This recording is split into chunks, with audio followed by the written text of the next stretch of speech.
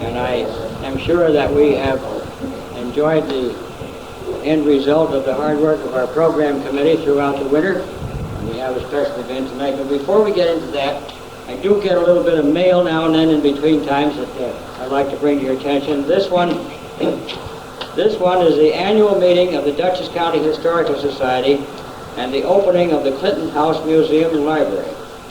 On Saturday, June 14, 1980, that's the Clinton House at 549 Main Street, Poughkeepsie. Reception at 11 a.m., a program at 12, and a luncheon at 1. Reservations close on June 9th, and there's Mrs. Lawrence McGinnis is in charge of reservations, and there's a form to fill out here. And the reservations for the luncheon on Saturday, June 14th, 1980 at $10 each. My check for so much is enclosed, so if any of you would like to go, here's an application for a reservation for luncheon. That's at the Clinton House in Poughkeepsie on June 14th. This is I don't know where this came from. These come in between times, and some of the things have already gone by. This is the Consortium for Westchester Studies, first annual conference on Westchester Studies.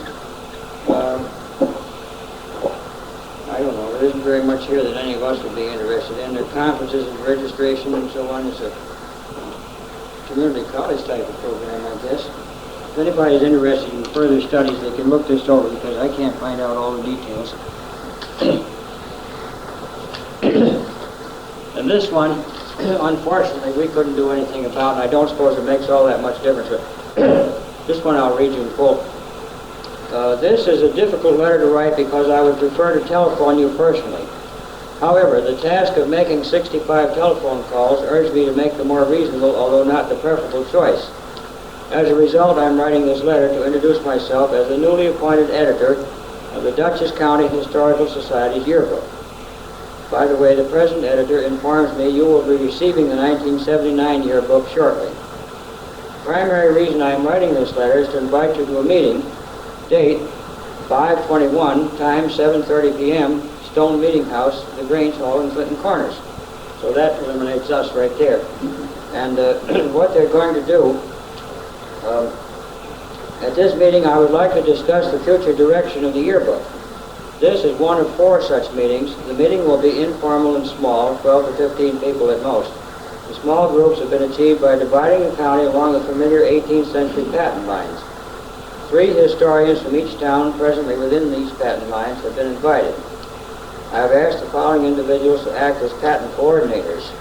And this for each of the patents, Beekman, Little 9 partners, that's marked off for us. Clifford Buck is a coordinator. Please feel free to call your patent coordinator if there are suggestions you wish to make about the meeting. You'll be pleased to know the county historian, Bradford Curdy, will join us at our meeting. I'm looking forward to meeting with you. Sincerely, Bill McDermott. But we couldn't do very much about that. And then this is an annual or a regular newsletter from the town of Clinton, quarterly publication it is. And it consists of a whole article in here about a Jarvis Marshall from up there to Clinton. All his history and doings and one thing and another. And then the only thing in here was that they were going to have a show up there, and that's all over with. Saturday, April 26th, so that's all over with. Then they got a membership renewal here. The year runs from April 1st to March 31st. And they want you to pay your dues, family $5, individual $3, and that's all there is to that. Then I would like to announce the schedules of our neighboring town historical societies. We have here the Town of Clinton Historical Society will meet on Friday, May 23rd at 8 p.m. at the Town Hall on Center Road. The program will be on old fire equipment and engines. The Town of Pleasant Valley Historical Society is not having a regular meeting, but they're having a dinner on, when did you tell me, Ellen? Next Tuesday night. Next Tuesday night at the Cottonwood Inn. In the town of Washington. In the town of Washington, held by the Town of Pleasant Valley. Money paid by the Town of Washington to the Town of Pleasant Valley if you attend. They'll take your cash. Credit cards. Anyway, that's the next event. Now, in June, the town of LaGrange, on June 25th, at the Town Hall on Stringham Road at 8 p.m., Mr. John Hawley will talk on historian Benson Lawson. And it says here, this is subject to confirmation. Mr. Wilson, has that been confirmed or not? Not yet. This is tentative. He said he would be there unless something happened. Yeah, but I mean, But I'm announcing it. If people want to hear a good talk on Benson Lawson, you should be there because Mr. Howley is really a scholar and an authority on Benson Lawson. He lives up there. And you know, he's the most eminent historian you have in Dutchess County, Benson Lawson. Yes. Although he doesn't get the credit up here. I'm amazed because wherever you go, Benson Lawson is a great man, but up in Dutchess County you don't hear too much about him. Probably without honoring his hometown, you know. That's right, I know, but Yeah. his Well- field book on the Revolution is still used as reference all throughout the United States. And his book on the Hudson, you can't do that. It's from the wilderness to the sea. So if you want to hear something about it, Dutchess County, man, This is in the Town Hall, Stringham Road, at 8 p.m. I'll let you June know twenty-five. if it's, when I get word from him, he's going to give me a call. And the town of Dover, on June 9th, Emily Johnson will talk and show slides on the bicentennial in Dutchess County at 7:30 p.m. at the Tabor Wing House. Now they're going to have some flea markets. The Unionvale Historical Society is going to have one on July 5th and on the 6th if it rains on the green at Burbank. Space is available at $7 rental per space. It says a fun day. The Dover Historical Society is going to have a flea market on Saturday, May 24th at the elementary school. $10 space available, 20 by 20 or whatever, except food. Now those are the announcements, except that I would like to announce that our program committee set us up through the winter and allowed our next June meeting on the 18th. In case we had to have a postponement for a snow or ice date or something like that, which didn't happen to us, so we don't have a formal program, but they would like to have us have amongst ourselves a show and tell program, a little bit similar to what we're going to have tonight, but not as elaborate as that, of course. And maybe we'll find something to talk about for 5 minutes or so in addition to that.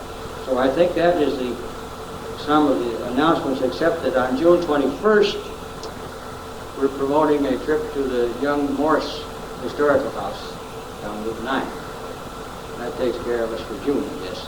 In the fall, we will meet down at the county infirmary with Louise Tompkins, and then in October, we'll have an annual meeting, election of officers, etc. Our program tonight has been furnished by Betty and Nelson Tyrrel, who have very graciously agreed to bring us a lot of things from their place and their own private collection of things, and they're displayed here, and they're going to tell us what they are and entertain us with a very fine program, I'm sure. Betty, would you like to start it off? Oh, sure. Thank you. Well, what we brought is sampling. We really have boxes and lots more stuff home. But I'm just kind of giving you a little sampling of our metal objects and our tin boxes and our bottles and the dollhouses. The dollhouse furniture, some of the dollhouse furniture, I found in the cellar at the house at the lake. And it was in real bad shape, and the mice had been chewing on it. And I worked on it for quite a while and added other things to it to make, to fill out rooms. So it belonged to my husband's sisters when they were children. So most of the older things are really from the 30s. So they do have some antiquity value to them.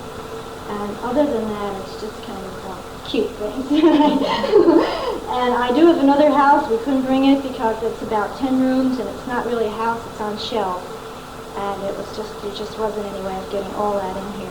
And its period is about 1900. The blue furniture is from that 1900 house. The four-story house is about 1930. And the old red house, which we bought in the junk shop, is 1776, because Betsy Ross lives there. Other than that, our bottles, there's a book, and if you can find a number on the bottle, and some of them have fallen off, but if you can find a number, there is a book, a reference book that tells you where it was found and when and by who and whatever. We don't really dig too much now. Occasionally we have my niece and nephew come down, and they just love to do it, so I let them do the digging. But we have a little rule that if they dig it, they have to clean it, they have to paint it, and we have to be cataloged. And before they can go out the next day and dig any more. So, in regard to the metal things, my husband has a little story he'd like to tell you about an incident with him and his dad. Do you want to tell it up here? Well, I can tell it from here. Well, okay. My dad was 60 years old when I was born, and in those days down at the lake, we didn't have any power in the early days, and we used ice. And even after we got power down there, it came about 1930, still for watermelons and for large groups of friends, they have ice.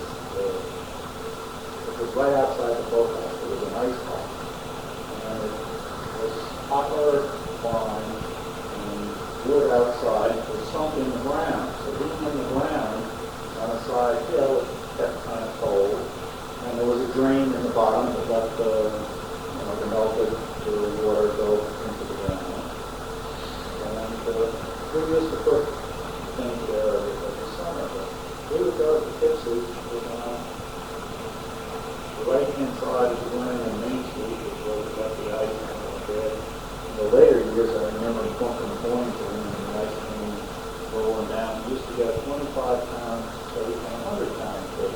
We used to sit them on the front bumper of the car, and either the bumper, would melt a little froth in the ice, and it would stay very secure and not get water throughout the interior of the car, and it got to the way. In those days, we had a boardwalk between where you could get to and where the boats were over the swamp, and we had a little, like a laundry basket that had this like sailcloth material, and it was on little skids, and it skidded it down to the boat, put it in the boat, and rode it across the lake, carry it up, and put it in the outside refrigerator there, the ice box. And we just started rolling, and I said, I got to be 10 or 12, I was trying to take fish. And he noticed only one day, he said, son, gee, you got the third, I know, we got a broken camera that Mr. Blackway gave you when you killed him in the house. How would you like to have this ice on? Gee, kid, that'd be wonderful if I could have that ice on. I wasn't smart enough to know what that entailed. So after that, the old PR man tied me into the 25-pound keg. Well, it wasn't too many years, and of course he took this one, and he got the 100-pound keg. Well, it wasn't too many years later, he was getting a little older, and I was getting a little bigger, and he gave me another fish. He said, son, I don't really want that little one of yours, but I'd like to borrow it. I think a big one would be nicer for you. Now you can hold both of those.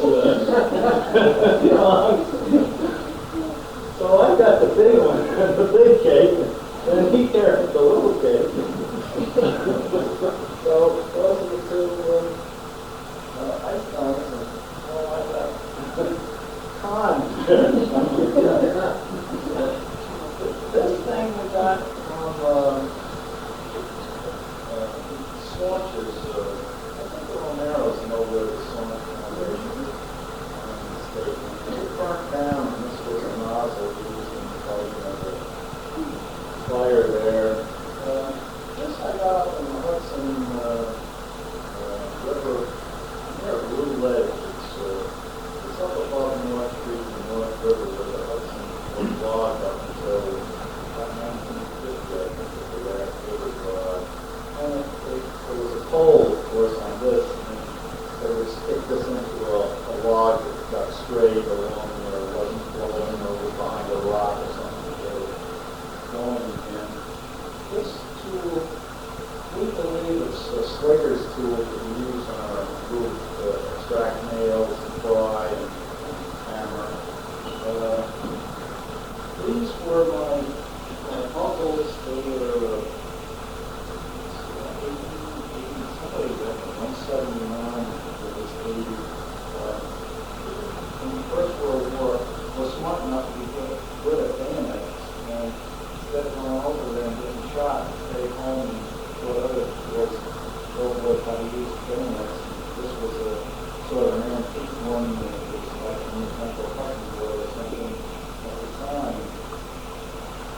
just sort of concentrated on length or reach with the annex, whereas nowadays there's a much wider, shorter one. I think nowadays they feel easy to actually get stuck in the annex through the person there.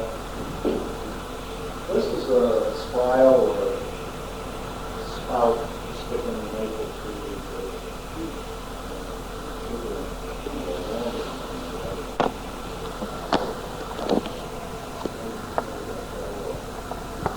There's an iron wedge on that on the road around the lake. These irons are irons and Mrs. Miley's iron foundation. The traps are mostly young that people put on our land and they didn't have names and addresses for ice cream.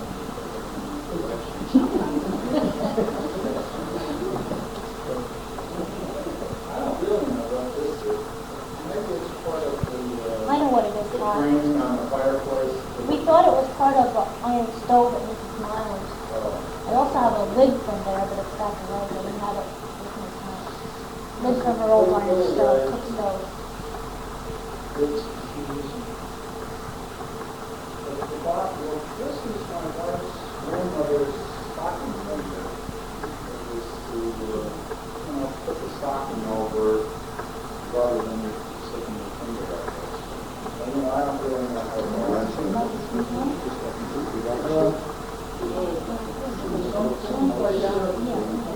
One of these bottles, this bottle, has little marks on it, little imperfections in the surface that they think are from like the first glass put in the mold, and the mold was cold. They tend to make little marks. And there's this is a swamp. Yeah, it is. Yeah, this is a swamp bottle. He was a cotton medicine man. He had an office down in Park Avenue. He had about a 70-page book. I don't have it here, but I can put it into other show and tell things. He had to drive to the fly, and he was something $10. And they were believed that he was here there, take his pictures, and some of what he was to say. He died in Canada because several Europeans saw that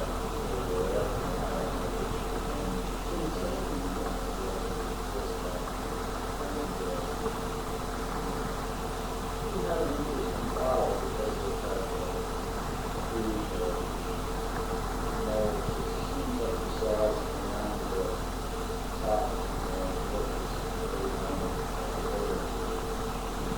That was the same guy that this phone was used for the fire. The whole place is done. It's supposed to be a bunch of glass. This is one of the older bottles that didn't lay down or in a rack, and it's one of this bottle up. So it's on the bottom. And there's Dr. Gilman's Swamp Brew, these old bottles, and just various different kinds of bottles here. This is the book that, unfortunately, we had a house that burned down. I thought all kinds of books, something.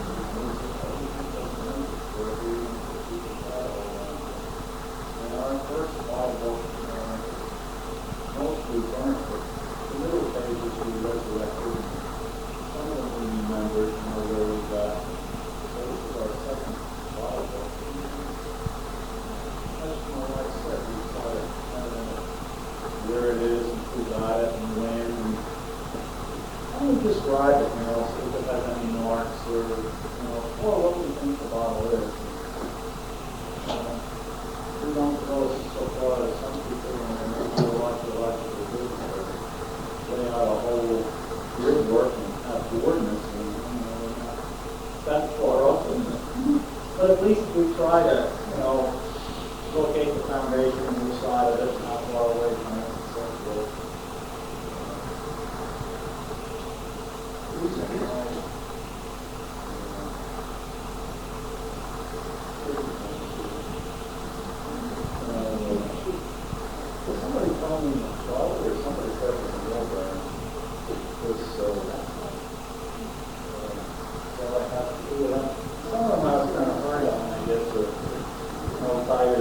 Too big one for that, though.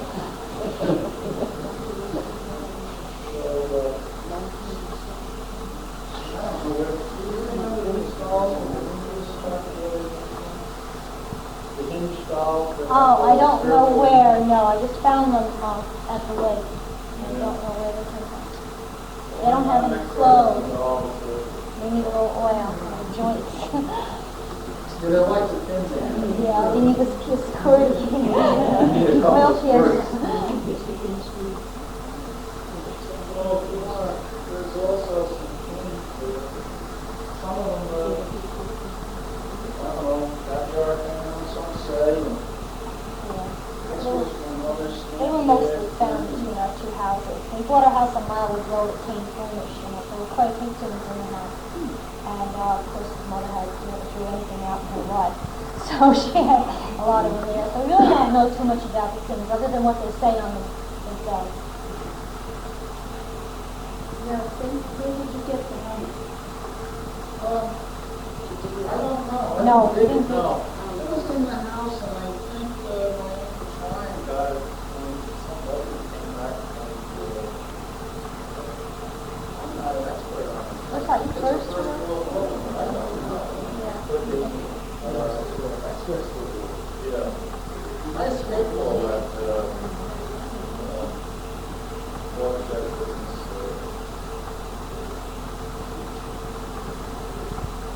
I don't really know a lot about it. Except, I was told it.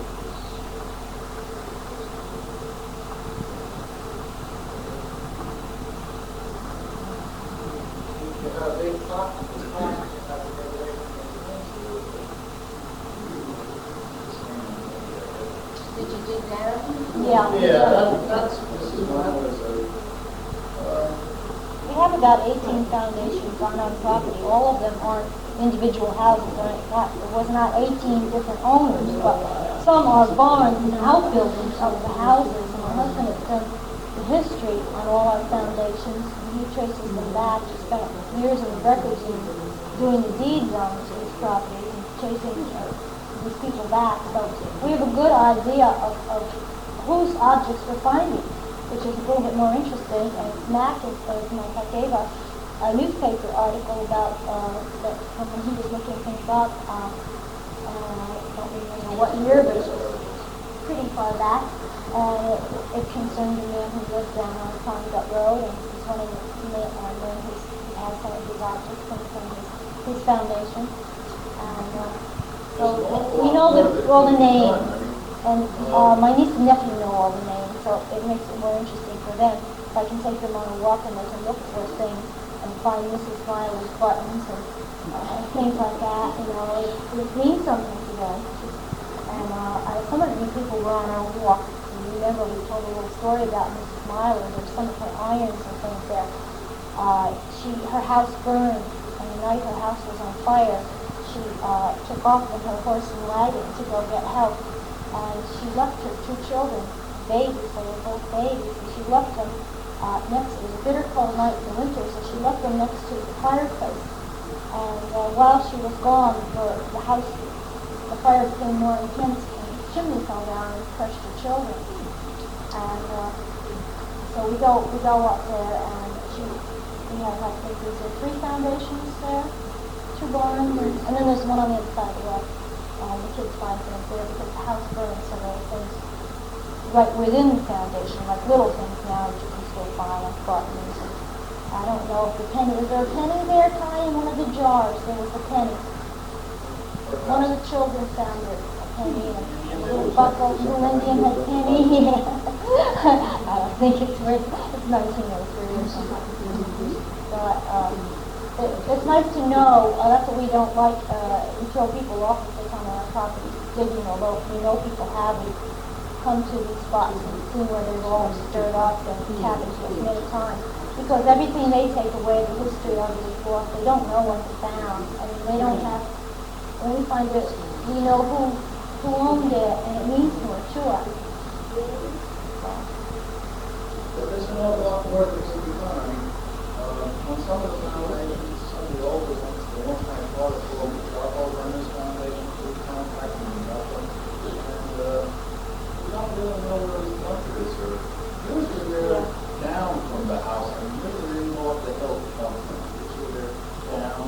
your town, or, people are just as lazy today as they were then, or if not more so today.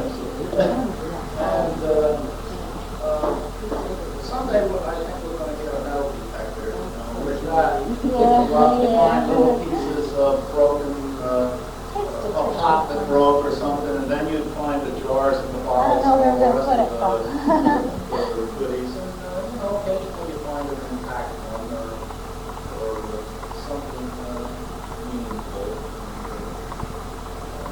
It's just an awful lot of work. And after you get the deeds and the registers and all that, then you can go to the library and do something else at night. Find out who they quarreled with and whose fish they ever bought, and you go to court records and find out, who the genealogy, find out who they married, and you get to know these old timers, and kind of what their occupations were, and most of them were farmers, but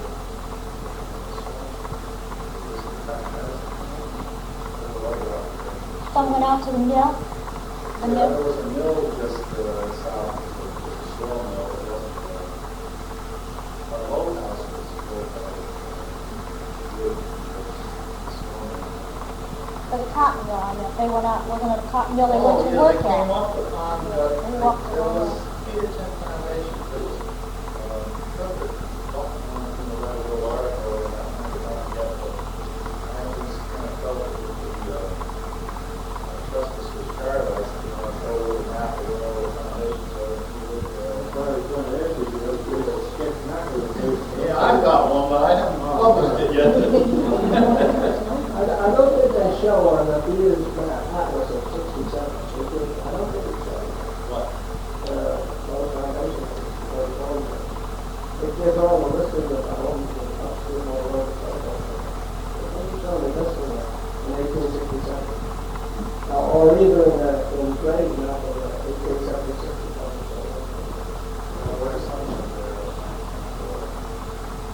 I think most of them would have been gone, but people would have moved out by 1876. Oh, yeah, well, Reddington was still there. Reddington was still there. I mean, my brother developed it, and he was making an old man. I had notes from the surveyor, the one that had the concrete television. But there was probably a community down there. It's called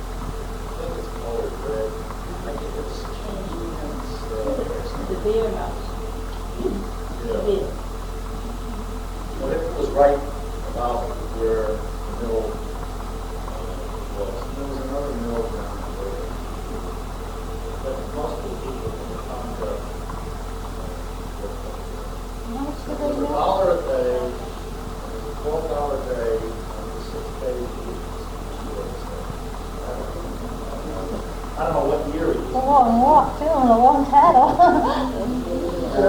Just west of Taconic on Mountain Road, there's some from there. And there's also a gravestone, and you mentioned the name of Ford, and there's a gravestone that's in Ford, and there's a few hours ago. That was the west bank of the Texas River. There's some articles on that road. One of the yearbooks, one of the things that said was they put out fabric that blue dye, white print, some kind of starch or something that are flower blurs. Of course, they look like they said, well, honest people, they didn't guarantee the white. That's against watching out, but they said the blue was very fast, you know. People like the first time they watch it, forget it. You know what's strange? When I was down in Newark, and this is important, the old police solution, and she had all of this type of material from up here in my part, Sweden. So, she actually said, turn it over to the proper people. So the only point that I knew was it was just a county at the time. So I turned it over to the Chappaqua meeting. I turned it to the Holden, and all of that material was at the first meeting out in Chappaqua. And it came from the court. They are very interesting, but I never knew at the time that I was going to leave it. Here I am, all of that, you should see it. Aprons, hats.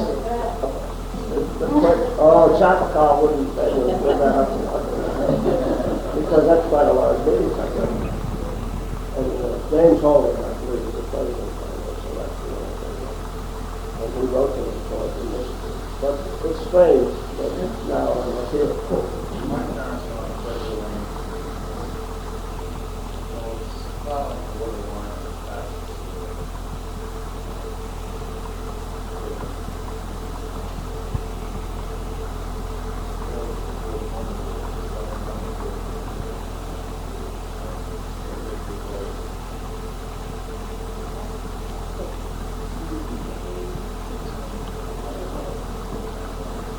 That headstone of the before that's over there on that road, it's spelled M-C-C-O-O on it. It's got a double O. Now usually a lot of those places, journal places, they just have field notes, they didn't have it. They didn't let everybody know. Just a message, right, just a message. Just a field note. It's in the woods here. The early days, I was like, No, I know. You didn't know as many of them as I Well, I think that was it. I have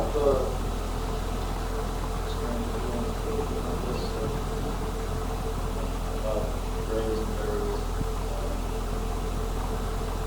Basically, they run over all these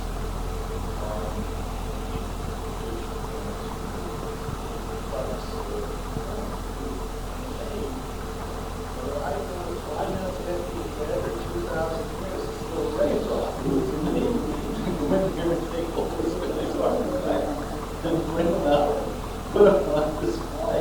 I'm not particularly pleased about that, even though the Egyptian government, the British government, or any other government from their license to do so. I don't think it's right for me to give somebody a license to rob their grave or any other grave, you know. But I guess they say excuse for that was after 2,000 years old, and archaeology becomes paramount. Grave robbing is down and archaeology is up. I think that's hard to.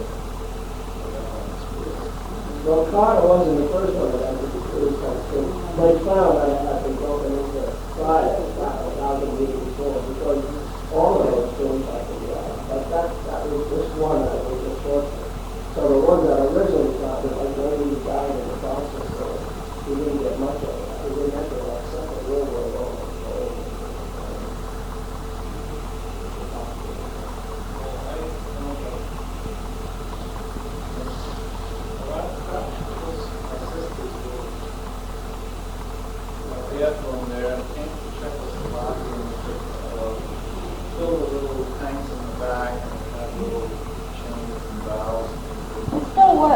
Watch the Yeah, we put water in it. play around with that. We didn't fill it up.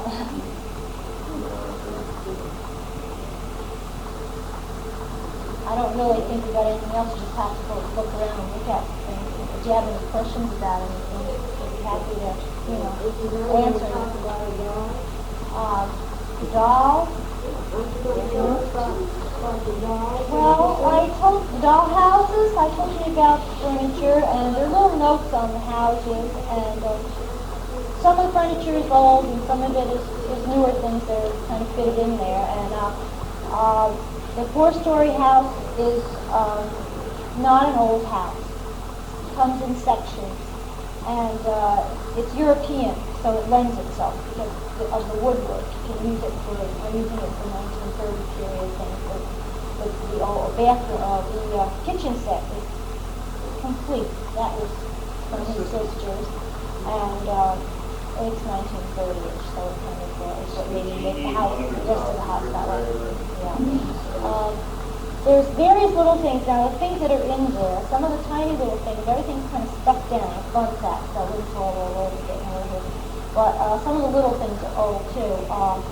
On the blue dresser, there's a little fish bowl, which I've never seen another fish bowl like that. And that is very old. And the little lampshade still has the price on it from Macy's. I think it's 20-some cents. The lamp that's the blue furniture. The yellow furniture in the top story of the four-story house, that is very old. And the green bedroom furniture is very old. The dining room, part of the dining room set is old, and it's all sort of mixed, but there's a lot of tiny little things in there that make it a home. There's newspapers, and they have vases and cups, and they have dishes, and they have just about everything you need, most of them. The brass bed. The brass, An old one or a new? no, I've probably had that for about 81 years. It's not real brass or anything. I have another smaller one in another house. In my other house I have canopy beds and quite a bit of other furniture that it's got about 10 rooms in it, so it's just a little bit too much to bring in. But it's just mixed. The other house I have some other old things with. It just depends on what I could use where.